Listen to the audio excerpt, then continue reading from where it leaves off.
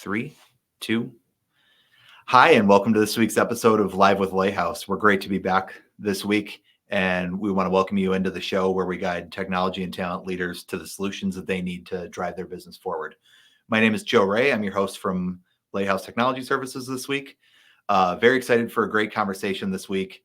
I've known our guest for a couple of years now. Saw her do a live podcast appearance a couple months ago, and was really excited to bring her on the show today to talk about a very important topic.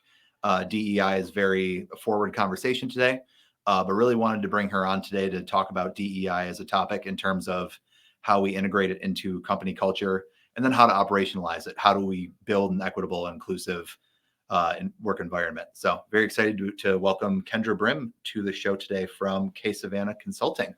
Kendra, great to have you today. Thanks for visiting. Thanks, Joe. Thank you for having me. Really great to be here. Yeah, so glad to reconnect. We've had a lot in common. We both used to work in private school world at Nichols School in Narden, and know you used to be a little bit of a college athlete too. You played basketball in college. So tell us a little bit about yourself. Yeah. So first of all, again, thank you for having me today. Really excited to have this conversation. So a little bit about myself, born and raised in Buffalo. I am the CEO and owner of K Savannah Consulting. And really what we do is a full strategy service where we help companies and organizations really push their DEI strategy and making sure that it's tied into their overall culture as well. Outside of that, I'm very involved in our Western New York community. I love being a part of the community. I really love working with underserved communities, pushing forth the agenda of empowerment, really making sure that people are able to thrive and live in a society where they're seen and where they're heard. So really making sure I'm pushing those agenda pieces forward. Love it. And you're involved in so many different facets too. And you're an experienced podcast host as well too, working with Akua Men's I Do on the Black Gems Dive In podcast. Yes. Big fan of that show as well. So really excited to have you on today. Thank you. Can you tell us a little bit more about some of the work that you do with K Savannah Consulting and how you advise businesses? Yeah, absolutely. So K Savannah Consulting really came about a few years ago.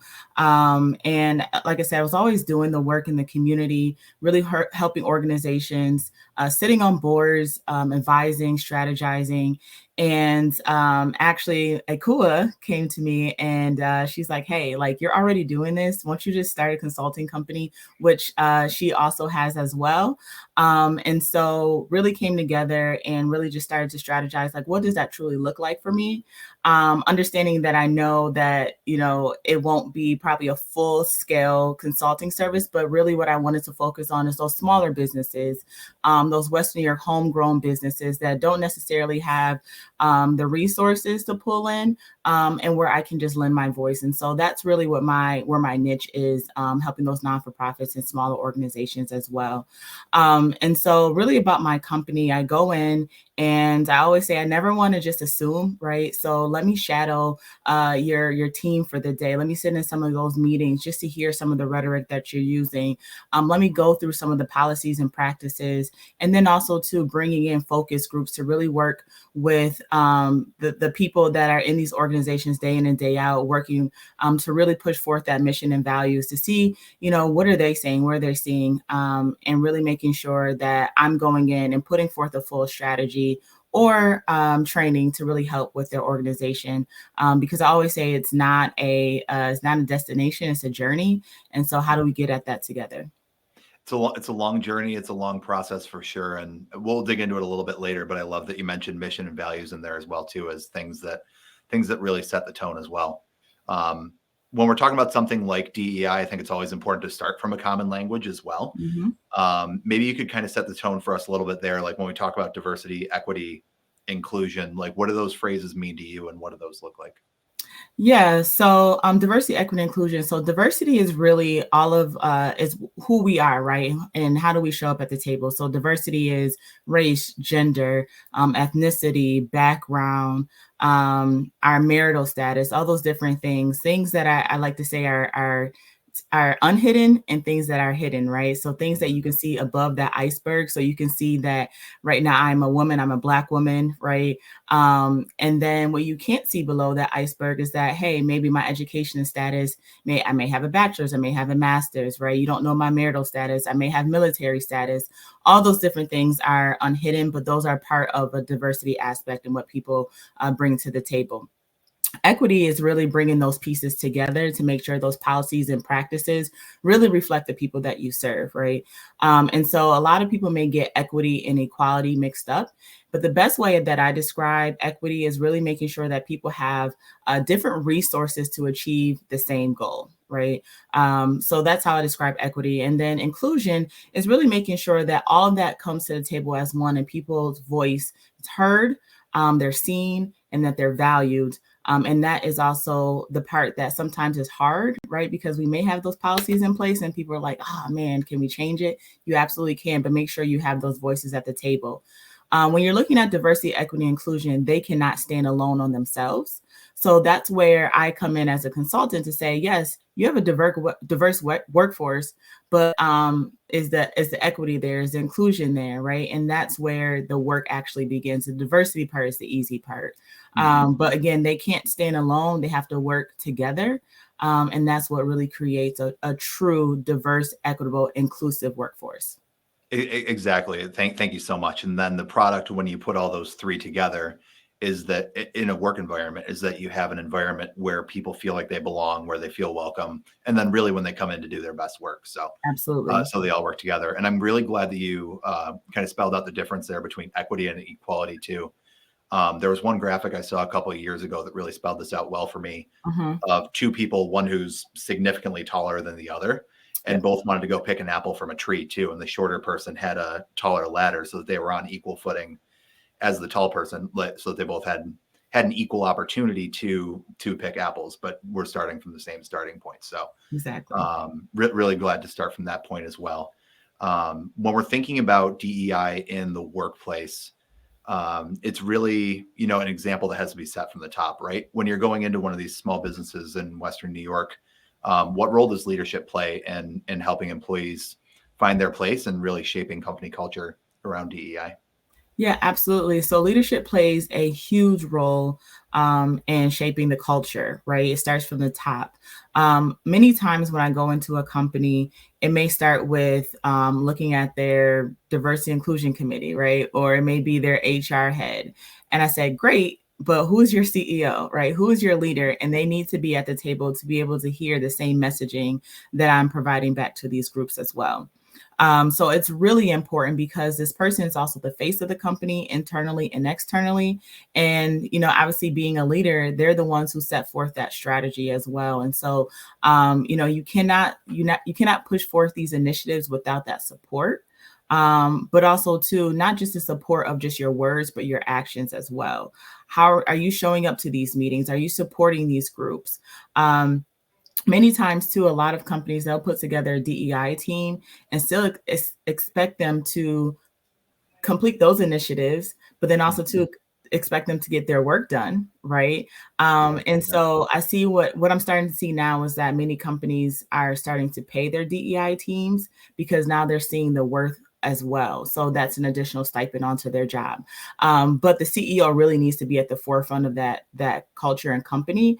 And a lot of times, if I'm going into a company and I don't see that CEO present more than once, then that's a red flag to me. And that's something that's documented when it comes to the final product of how to change a company culture. yeah. Thank you. And you mentioned in there a little bit too about DEI teams being formed and the recognition that it's not just, oh, we're going to hire one person to be the director of DEI and they're going to make sure to shape all of our initiatives and that's going to cover everything. Thinking about like employee resource groups at an enterprise company or something like that, where Mhm. it might be 15 or 20 people coming together to help, provide awareness about that community and lead initiatives and things like that. What are some of the ways that you've seen different businesses kind of structure what that DEI team looks like in a way that makes it effective for building Yeah, that culture?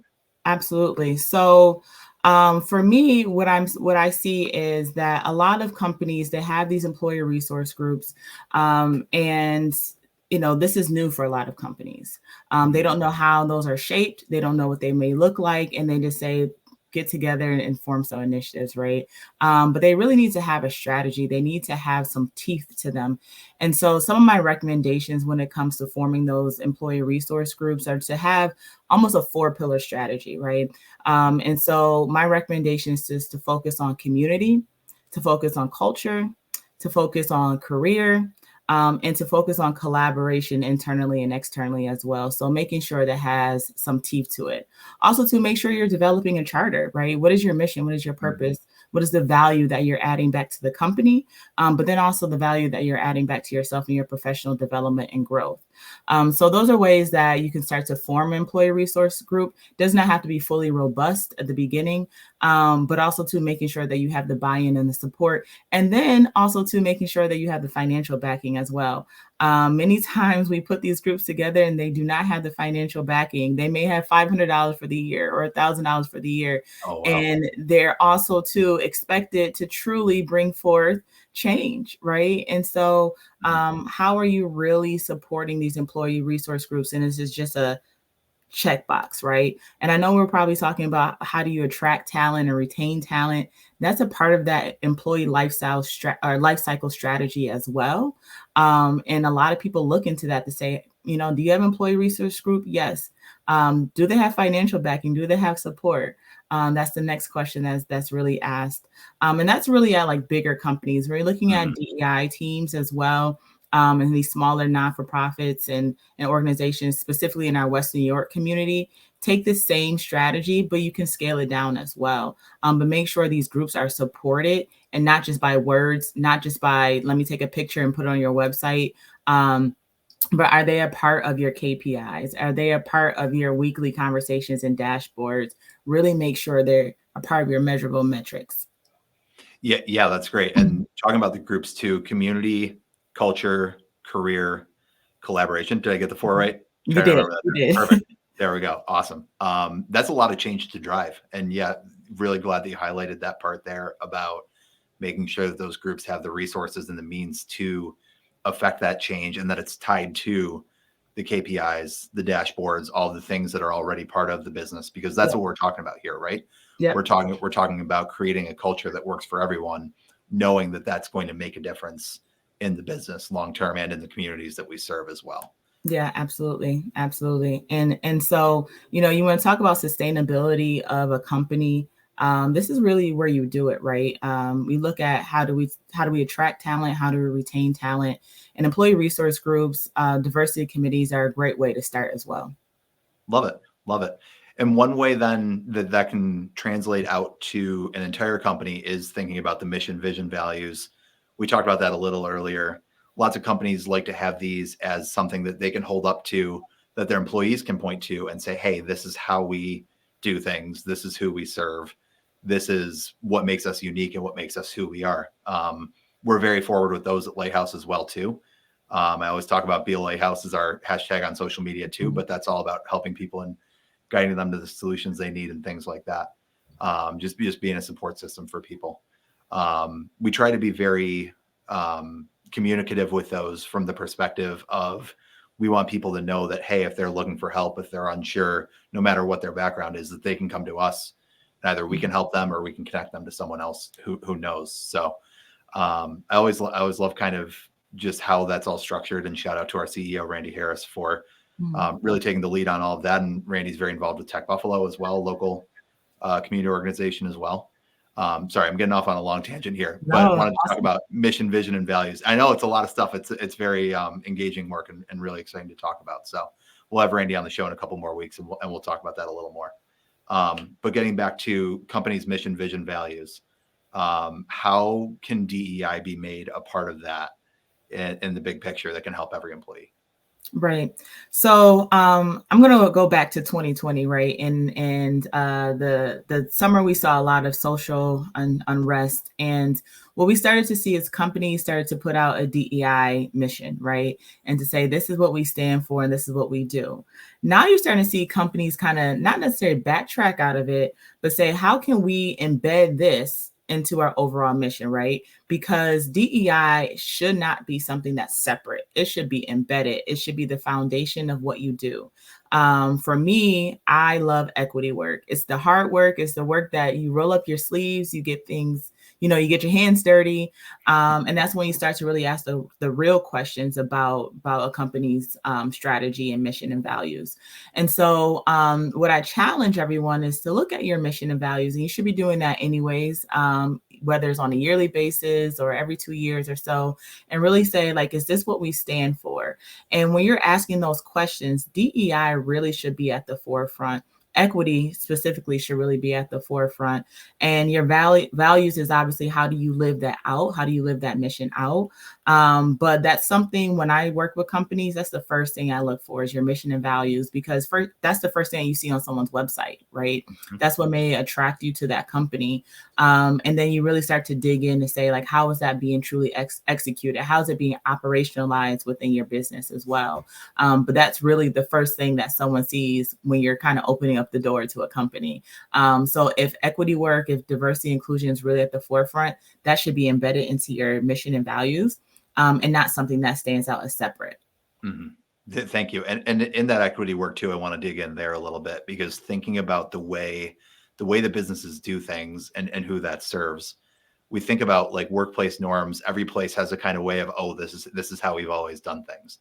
And I imagine there's a lot of businesses where you go into and the answer isn't necessarily something that's super thought out. It's just, this is how we've done things too. Mm-hmm. What role do some of those workplace norms play in supporting that equity and inclusion in some businesses you've seen? Absolutely. So our workplace norms, so norms in general, right, is how we govern ourselves, govern our businesses and organizations. And so the way I start to look at it is from a higher level, a greater vantage point, right? And so we have societal norms. We have norms within the United States, right? We love football. We have a dominant culture of Catholicism here in the United States, all those different things, bringing it down to even Western New York football, again, Bills Mafia, right? We love the Bills. Yeah. And then, but when you're looking into workplace norms, right, it's how you've always gotten things done. But what you've done yesterday may not get you to where you are going in the future, right? There are many strategies or many articles out there that talk about how Gen Zers are not going to enter a workplace if they are not diverse, if they do not have equitable practices or not inclusive, right? And so if you have these workplace norms to say, we've always done it this way, right? We only have 5 days of PTO, right? We have no paternity leave. All those quote unquote norms back in the day are not going to get you to the talent that you're looking for today. So you really need to question those norms. In a lot of spaces that I'm in, outside of just even consulting, but even in the community, working with different non-for-profits, we ask ourselves that, right? How can we continue to thrive and be an organization that people look towards in the West New York community if we don't change? So things have to change. Your mindset has to change, and you have to question those norms as well when it comes to any programming that you're delivering to the community, all those different things. So those, they have to be questioned on a constant basis. And in order to question those, you have to have the right people at the table. And that's where the inclusivity piece comes in, bringing in those other voices, right? It's not just sitting at the C-suite level or not sitting at, the mid-manager level. You have to bring in maybe that newer talent, right? Or that younger voice, or bring in someone from a different generation. We talk about generations all the time. There's so many generations within the workforce right now. I think there's about 4 or 5, but make sure those voices are represented as well when you're making those decisions to really question those workplace norms. Yeah. Thank you so much. And one thing I wanted to go back on in there too, that's related to those norms and just making people feel welcome into the culture, is thinking about the communities that people come from. Obviously, you mentioned the Bills there in Buffalo as an example. Like, that's something communal that lots of people get behind and enjoy and see as like a common experience that they share together. There's lots of different kind of communities that people belong to within Buffalo, whether it's geographic. You think about people from the suburbs or the south towns or the east side or the west side of Buffalo. Mhm. Or even you think about people who come to Buffalo not from the United States. There's lots of refugee populations who are looking for work and looking to build a life here in Buffalo. There's lots of people who have different experiences and might not necessarily come to the workplace Mhm. and have that shared common thing. So is there a way, kind of as we shift the conversation more to operationalizing DEI, is there a way that businesses can structure things that help people from different communities, different backgrounds, find common ground and come together? Yeah, absolutely. And so we know that the demographics of not just Western New York, but our world is changing, right? Mhm. And so the demographics, what the studies say is that there will not be a majority population by 2050, and so we have no other choice but to be more inclusive.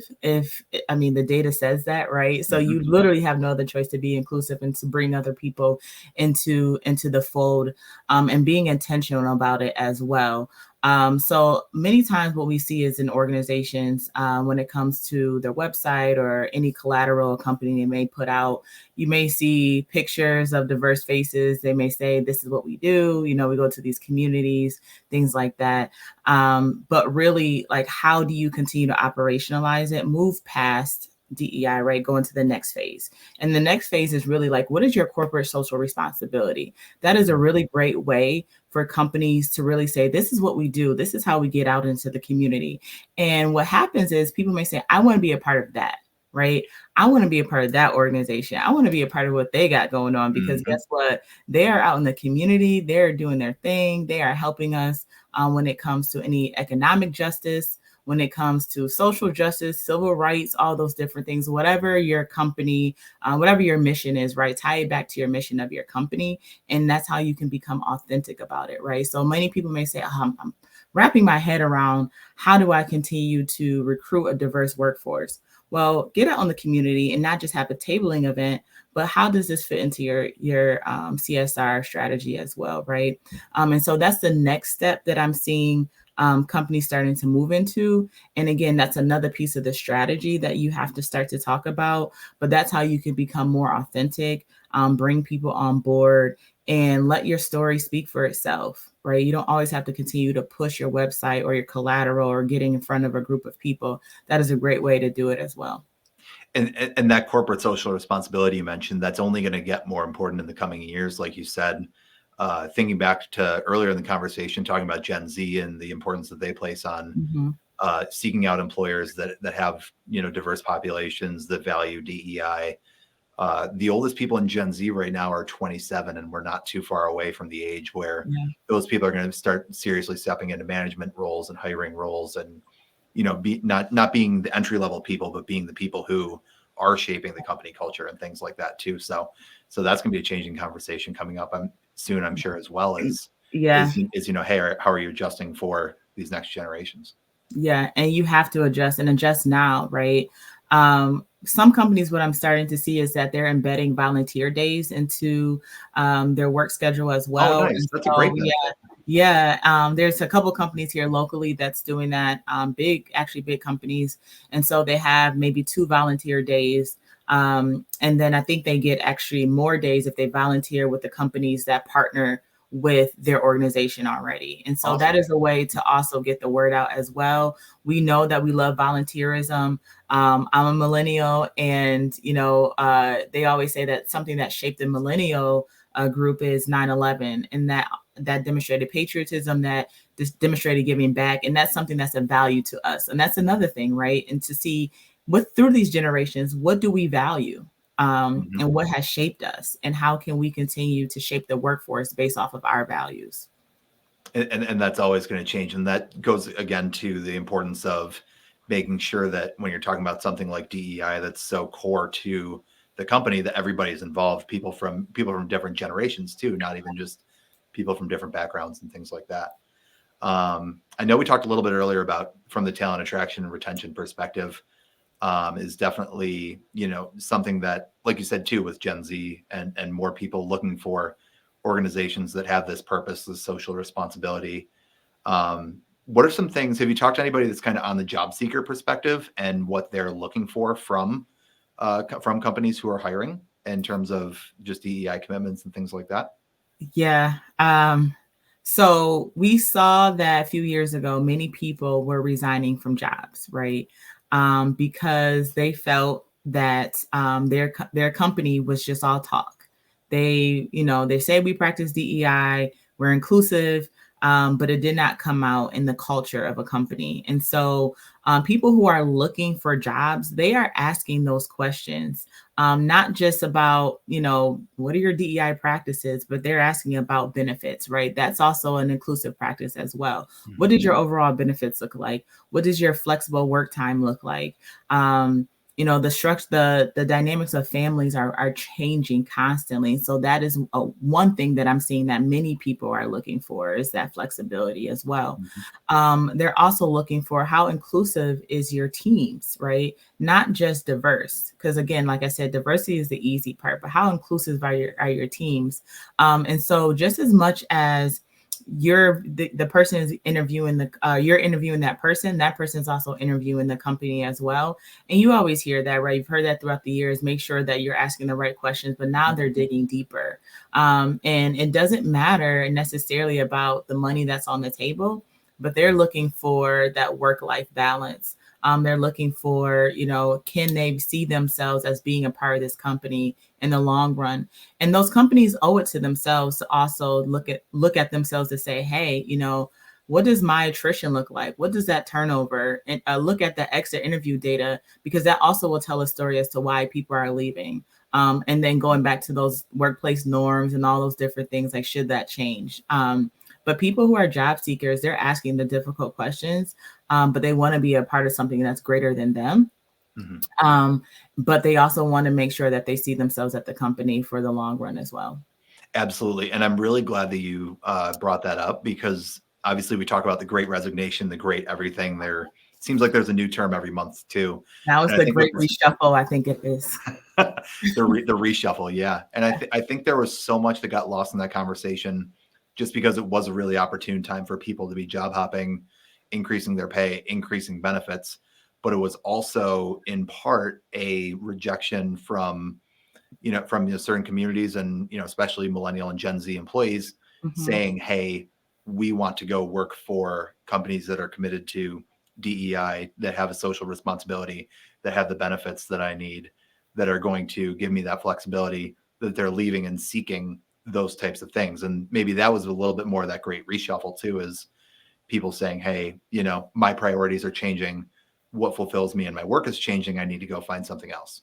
Yeah. And I think also too, in that, many people were looking for psychological safety that they were not given at their jobs. Seems like from 2020 on, every month there was something, whether from a political landscape, whether it was from the pandemic, whether it was anything that was happening in their backyard, right? People were looking and seeking for psychological safety in their jobs. And some of the responses was, we can't control what's happening on the outside, just do your job. But it's like, I can't separate the two. What's happening on the outside is actually affecting my job, is affecting what I do. And so many companies were just saying just to work. And people were like, I'm not doing it anymore, right? And so another thing that people are really looking for is that psychological safety within their jobs. Do they feel like they can come to their boss and say, hey, I'm just not feeling it today, right? Can I just have a few hours to myself in order for me to be a productive employee, right? And so that's what many people are seeking. And also too, in the consulting world, what I always say to people is that, a lot of people say, well, we couldn't have predicted anything that happened, right? Our responses might have been terrible, right? You saw people putting up posts on the daily on Twitter, Facebook, Instagram, LinkedIn, talking about, the responses to what was happening in the outside world. And you're still seeing that today, right? But back in my previous day, I was a project manager. And so I also tell people to go through, a pre-mortem exercise and a post-mortem exercise to say, what can we have done better? To say, okay, we can take some of these best practices and utilize it in the future if something like this was to happen again. So that's a good exercise for companies to go through as well. And that's a great way to go too, and exactly where I wanted to go. I love the project manager shout out, pre-mortem and post-mortem. kind of evaluating what can be done differently. We've really covered a really broad range in this conversation, and appreciate you coming on the show. And that psychological safety piece, I think, is really important too, because at the end of the day, we're talking about when we're talking about talent attraction and retention, we're talking about making a workplace where people feel comfortable, where they can present their best selves at work, find fulfillment for their lives, including their work, all that. What are some other things, kind of as we close out here, that employers can look at, whether it's training and just kind of challenging previous behaviors and norms, just encouraging ongoing conversations and creating spaces like that? Are there any other kind of last practices that you'd recommend for people to look into moving forward? Yeah. So all of these things are great, right? And I challenge companies to really, on a yearly basis, really make sure that they're really evaluating all of these things, right? To make sure they're just not implemented and then they just sit. So again, data tells a story. So you're doing all this great work, but how do you show it off to the world? How do you show it off to people who are looking for a job? And so data really matters. And so how are you documenting that along the way? What stories are you telling along with that data? So getting that qualitative and quantitative piece is really important, so that by the end of the year, you can put it into an annual report, your impact report. But then also too, outside of that report, the great thing about it is that you'll have employees and you'll have people in the organization really talking about the work that they do. Give a shout out here to Say Yes Buffalo, right? Say Ooh, Yes yes. Buffalo. Yes, we love Say Yes Buffalo and Dave Rust, and who is their CEO. Say Yes Buffalo. Yes, they put out an annual report. They have an impact report. They have a robust board, which I'm actually on the board. So I can actually say we have a robust board with great people. But what actually brought me into the fold of Say Yes wasn't necessarily Dave coming to me and say, hey, do you want to be a part of the board, right, or the nominating committee? It was people in the community talking about the work that Say Yes does, right? Oh, wow. You have their employees who talk about Say Yes all the time to say, we want to be a part of Say Yes. We never want to leave. Like when you say you never want to leave a company, like I need to know what's really going on. Let me open up those curtains, right? And so they do a lot of great work. They do the hard work. Don't get me wrong. It is not easy. They do the hard work, but the community really speaks about the work that Say Yes does. And that's something that is impactful to me, and I know to others as well. And the other thing too that they do is within Say Yes is that they have great talent, but Dave talks about this all the time vocally, or he's very vocal about this in the community. He says, yes, I have great talent, but my goal is not to keep them here, is for them to grow outside of Say Yes and explore other avenues while using what they learn here and affecting change other places. And that has been a strategy that he has used and has worked great for him. So shout out to Say Yes, but that's just an example of how the community actually speaks about with the work that they're doing, and that actually impacts them internally as well, and people want to work for them. Yeah. So. Love it. And we might need to get Dave Rust on the show here, because Yes. he's getting a lot of Live with Lighthouse love that we had Colin Gale, HR director over at Say Yes Buffalo, on, and he was singing Dave's praises a lot, but also talked about that that concept that you alluded to there of internal versus external promotions. And, by investing in people's growth, investing in their, their ability to bring their whole selves to work and do their best work in that process, either they're going to continue to grow, provide more to their business, looking at an organization like Say Yes in this particular case, or they're going to grow and they're going to bring that same spirit and that expertise to something else, and knowing that that's what's best for them and that opportunity. So incredible group. Yeah. So one last thing I do want to say too is that this work is not easy, right? So also give yourself grace in this work. You're going to make mistakes. You're going to mess up. You're going to have a oh crap moment, right? But the value of this work is having diversity in thought, right? Not just people. So you have some great people around you that will help you get through. And really, when it comes to decision making, because that's ultimately in businesses, you make decisions all the time, all day. when it comes to decision making, give yourself some type of criteria to say, okay, does this have equity in it, right? Who are the people that this is going to affect in these changes, right? Maybe have some type of criteria to really make sure that the decisions that you're making for your company in the future will also make sure that you have equity at the forefront as well, or inclusivity at the forefront, but maybe come up with some criteria. And if it doesn't fit in that criteria, ask yourself why, and maybe make some adjustments. And that will also help with the decision making. But it's really hard work. And I keep honing in on the equity because a lot of companies have the diversity. We see the numbers, right? And the inclusivity piece, yeah, we may have a few meetings here and there, but the equity piece is what is going to make or break companies. It is. And there's going to be quantitative and qualitative data underneath that they can review. And once they're ready to take action on that, there's lots of different things that we've mentioned today. So thank you for all that. But like you said, too, it's a process. It's a journey. It's something that everybody needs to be rowing in the same direction on. And really appreciate all your perspective today. Absolutely. Thank you, Joe. Yeah. We've always got one last question for our guests here on Live with Lighthouse. And Dave Rust already got a shout out here in this episode, and he was calling Gail's shout out at the end of his. So our Be a Lighthouse segment at the end here, I always want to turn it over to our guests so that they can shine a light on somebody who's supported them lately or helped them learn something new. So wanted to leave that with you to close, Kendra, whether it's someone else that say yes or someone else in your community. Would love to give you this opportunity. Yeah, awesome. So Dave already got the shout out, but he was, Dave gets shout outs all the time because he's awesome. But so my shout out for Be a Lighthouse is actually my partner in crime, Akua Menzedu. And Akua has been a friend over the years. We connected through community, which is really important to me. And so we have the same value system. And she really is that person that's continued to push me in terms of mindset, in terms of just going after my goals and what I want personally for myself. She also has a consulting business, and I'll give that a shout out, Clementine Gold Group. And so many people may say, you guys are partners when it comes to podcasting and sometimes other things as well. How does that work? Is it ever competition? Never a competition. And the reason being is because there's so much work that needs to be done, and we know it needs to be done. So it needs to be more than one person to do it. And so Akua and I, we bounce ideas off each other all the time. And so she is my co-host in the podcast, Black Gems Dive In. She is my friend, and she is also her own businesswoman as well for Clementine Gold Group. And I know that this episode will be after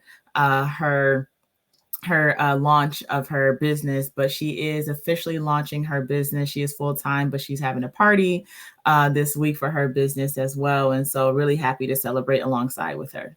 Yeah, absolutely. She's a rock star. So excited for that next stage. And you two are both powerhouses. And thank you for all the work that you do in the community, and appreciate you taking the time to share some of your perspective here. I think it's going to help a lot of people and help people ask a lot of the right questions and do a lot more of the work moving forward. So Kendra, thanks so much for coming on Live with Lighthouse. Really appreciate your time. Thank you, Joe. I enjoyed myself. Yeah. Take care. Thanks, everyone.